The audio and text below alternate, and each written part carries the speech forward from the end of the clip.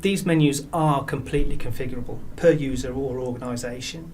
You can see that we've got queue values in exactly the same way as you'd see in Dynamics NAV's role center, and these are currently set to pick up, in the case of receiving, how many outstanding warehouse receipts are there, or in the case of picking, how many outstanding picks are there overall. But they are completely configurable.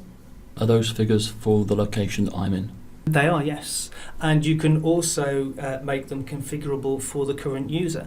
So here, if we look at the internal screen, here you can see the physical inventory. That one is actually set up to link to the current user as well. So that is not just how many physical inventory lines there are in the current location, it's how many have been assigned to this user to go and count. So you can filter it out that way as well. So it's a sort of a management tool as well, if I'm looking at how I'm managing people and activities in my warehouse. It is, and I'd actually like to see that extend out as time goes on as well. I really do like the fact that you can sort of see at a glance possibly where the bottlenecks are turning up in your warehouse. And we've also got, here at the top, we've actually got the same colour indicators that we have in the role centre that can be configured to say whether, that's good, bad, indeterminate. So those sentiment bands can turn orange or red to indicate the urgency of the task. That's it. You've got the same set of colours that you have in the Dynamics NAV role centre. So, it looks familiar, but at the same time, it's imparting useful information, and it's useful for gloved hands or larger hands or whatever, without having to get a stylus out and fiddle. So what piece of work are we going to do first? Okay, so if I just talk a bit actually about the design principles behind it. We wanted clear-cut user interface design. We want to focus on making it clear what happens next. We want to keep the user interface simple and optimise that experience for gloved hands. And we really do not want people reaching for a stylus. These devices come with a stylus, but that's not really what you want in a warehousing environment. It's a bit fiddly to get the stylus in and out all the time to make use of it, or... That's it, yeah. You don't want all that toing and froing, and you can guarantee that stylus will be lost pretty quickly. As I've already said, these things have an incredibly difficult life. But also, we improve the efficiency of the warehouse processes is important as well.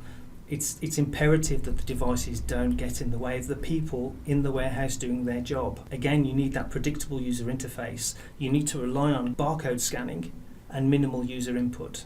You really don't want them repeatedly looking at the screen or the device getting in their way, because it's there to help them work quicker and more efficiently, not to slow them down. Okay. So once I know that it expects a scan for location and a scan for the item, I can just do scan, and that's it, and move on. That's it, yes. A pick at its very heart is scan the item number, scan the barcode on the box that's got the item number in it, enter the quantity you're picking, and that's it. So it should be scan, yeah? That's what it should be about. You shouldn't be having to repeatedly look at the screen. And also what we want to record as well is we want traceability. Getting KPI information out of these devices is important. We have customers who want to know how fast their people are working. So every single piece of information that's passed between the device and NAV is logged and recorded. And later on, I'll show an example Power BI that will show sort of things like how fast are people scanning and what kind of activities are they doing. Okay, so we could look at metrics of throughput per hour. That's it, yeah.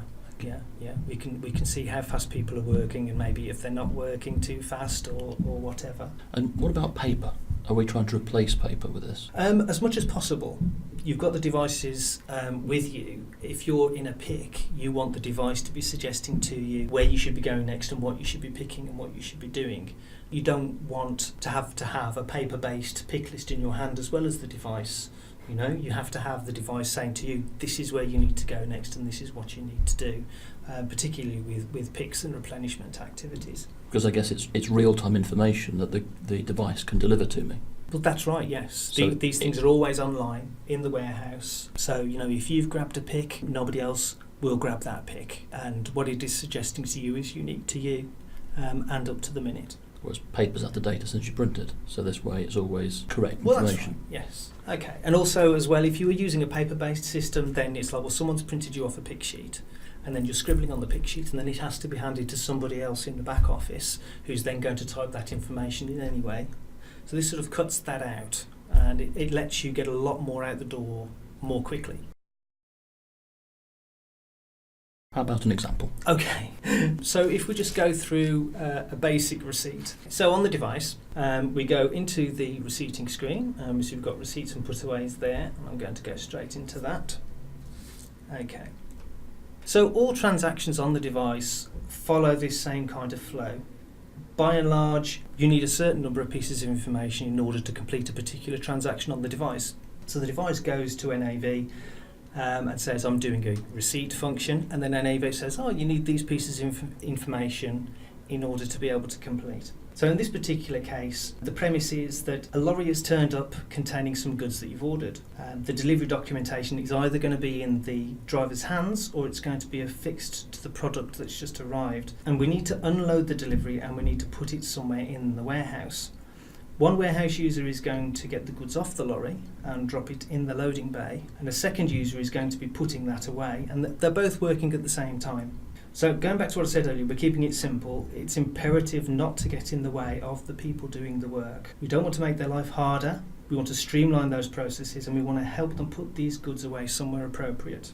So the device needs a document number, an identifier of some kind that's going to link it to the incoming order, in this case a purchase order.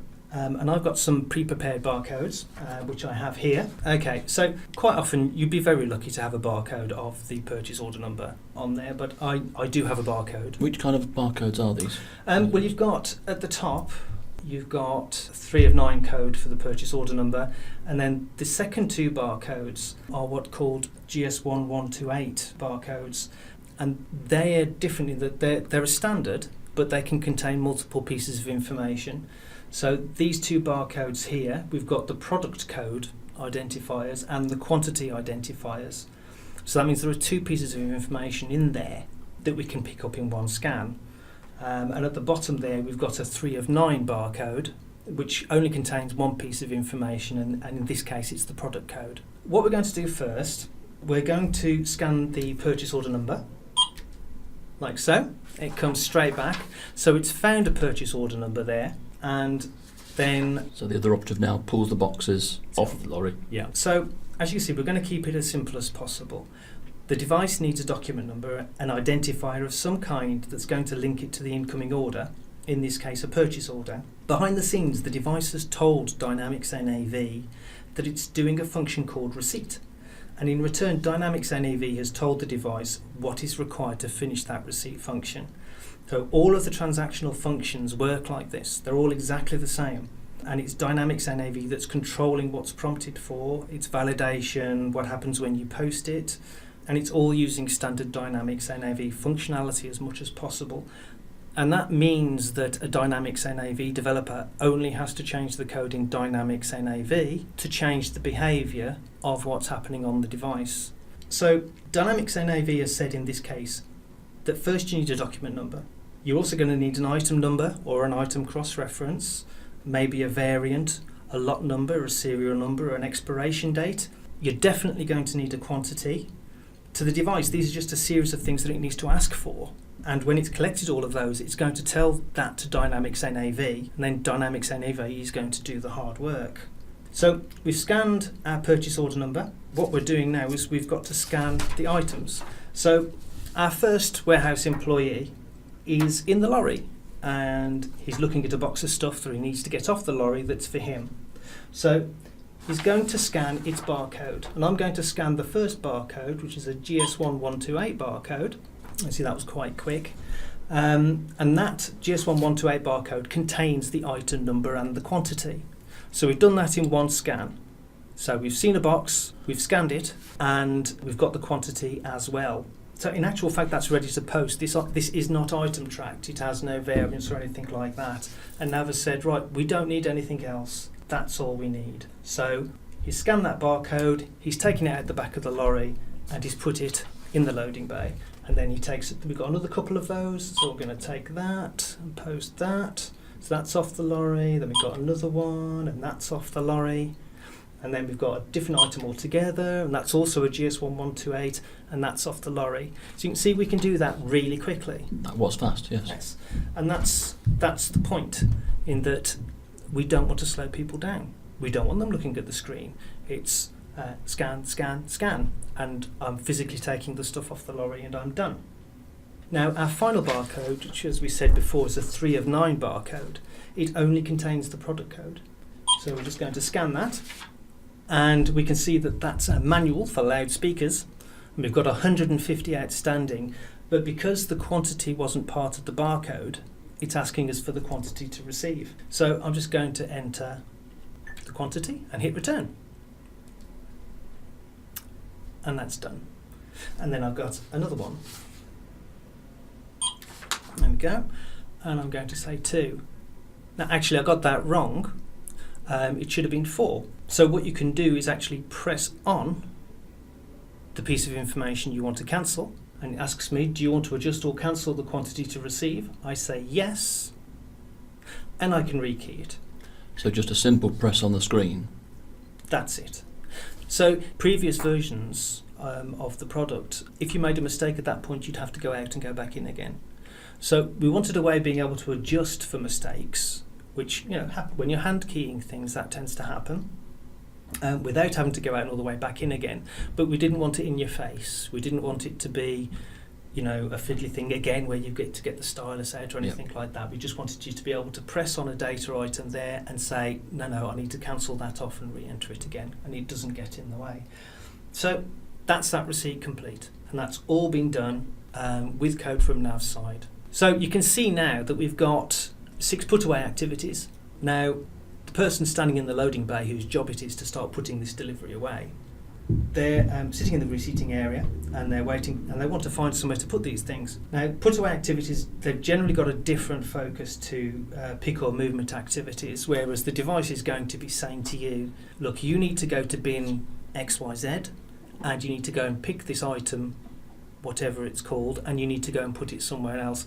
In the case of a put away, that doesn't really work, because what you've got is you've got a series of boxes or pallets around you, and what you really need to do is to scan those barcodes and then for the system to tell you what it thinks you need to do with it. So we're going to scan the barcodes of some of the items that we've just received. I'll start with the top one. There we go. And it's found a put away for us. So it's saying, okay, you've got 2 front wheels, and it's expecting you to place it in W040011. Now that's standard Dynamics NAV that's created that put away, and it's down to how you configure NAV as to where it decides it's going to put it. The device has just simply found an outstanding put away for you to do. So they know they need to go over to W040011 and place this pallet in there. So we didn't need to know the put away number. That's all just driven from the item number. Absolutely not. There's no point, if you've got a loading bay full of boxes or pallets, the last thing you want to do is to go and find the one that the device is telling you to do next. It just doesn't work that way. Okay, so I'm just going to fill in the quantity to handle of 2, because at this point you could break it up into smaller quantities if you wanted to. So this is following our standard warehouse rules in terms of to use the bin locations, the bin rankings and bin priority. And that's it, yeah. It's, we are, in this version, we are as much as possible saying, Dynamics NAV has a good warehouse offering, and this solution is about automating that, about streamlining the processes. We're not reinventing the wheel. We're letting NAV drive as much of the process as possible. And I think that's best for everybody. It's you end up with an overcomplicated product otherwise, I think. And people can have their own bespoke, and none of it interferes with what's already there. Okay, so I then need to confirm the bin that I'm putting into. So I've trundled over with my front wheels over to W040011, and of course all of our bin locations are barcoded. That's perfectly normal. And I'm going to scan the barcode for that, which I happen to have here handily. Like so. Now that's confirming it. I mean, I could put it into a completely different bin location. There are cases where in real life, there might actually in real life be no space in that bin. There could be a mistake have been made. There could be various other problems. So you could put it in a different bin, but I'm just going to go with what it's suggesting. Click post, and then I'll just trundle off back to the receipting area and go and find the next thing that needs putting away. Okay. Okay. So it's suggesting we can override, but it's there to guide the users of where the system is saying the item should be put. That's it. And it's also no good insisting to the user that you must do this, that or the other, because if you start placing barriers in the way of the people in the warehouse, they just won't use it. If the software says to them it must go in W040011 and they say, but I can't, what are their options? Yeah, so they've got to be able to say, well, I couldn't put it in there, I'll put it in here. And it's similar with picking as well. You might set restrictions on what kind of lots you want them to pick, in that, you want them to get rid of the stuff that's going to expire first, or whatever. But, in cases where there isn't any, lot tracking or whatever, it might be more expedient for them, even though the system is suggesting they get it from such and such a bin and it's such and such lot number, it might be that that's right at the back of the racking and that actually they've got something identical they can take from the front, which is more expedient. So you need to not get in their way. The minute you start throwing errors and barriers at them, then the less likely they are to use the software. You've got to help them do their job and not get in their way. And I see on the screen it's updated straight away, so I've got a live feed of what work items are remaining for me on putaways. That's it. That updates once a minute. Okay. So that is the basic fundamentals of how a transaction happens on the devices, and it really does just boil down to, I need these pieces of information in order to be able to do a pick or a put away or a receipt or whatever, and nav controls what that is and the device is just displaying them. So it's very, very extendable. It can be customized easily for a particular customer to suit the way they work, with very little difficulty. But that will be done in nav, not the handheld device. Exactly. The device software only changes if we decide that we're going to do something new and pretty with the user interface. Otherwise, it's all, and that also helps give it a standard look and feel. There's a predictability over how it's going to function as well. Well, yeah, the users are familiar with seeing a queue in nav that gives them a directed figure like we have on screen there of we know how to interpret that and we know what the colour bands mean. So it's working with what we know already. So just to finish off, we've been processing stuff on the device. This is all being fed through to a log, and I've got a sample in Power BI here which shows the activity that's been carried out. This is just an example.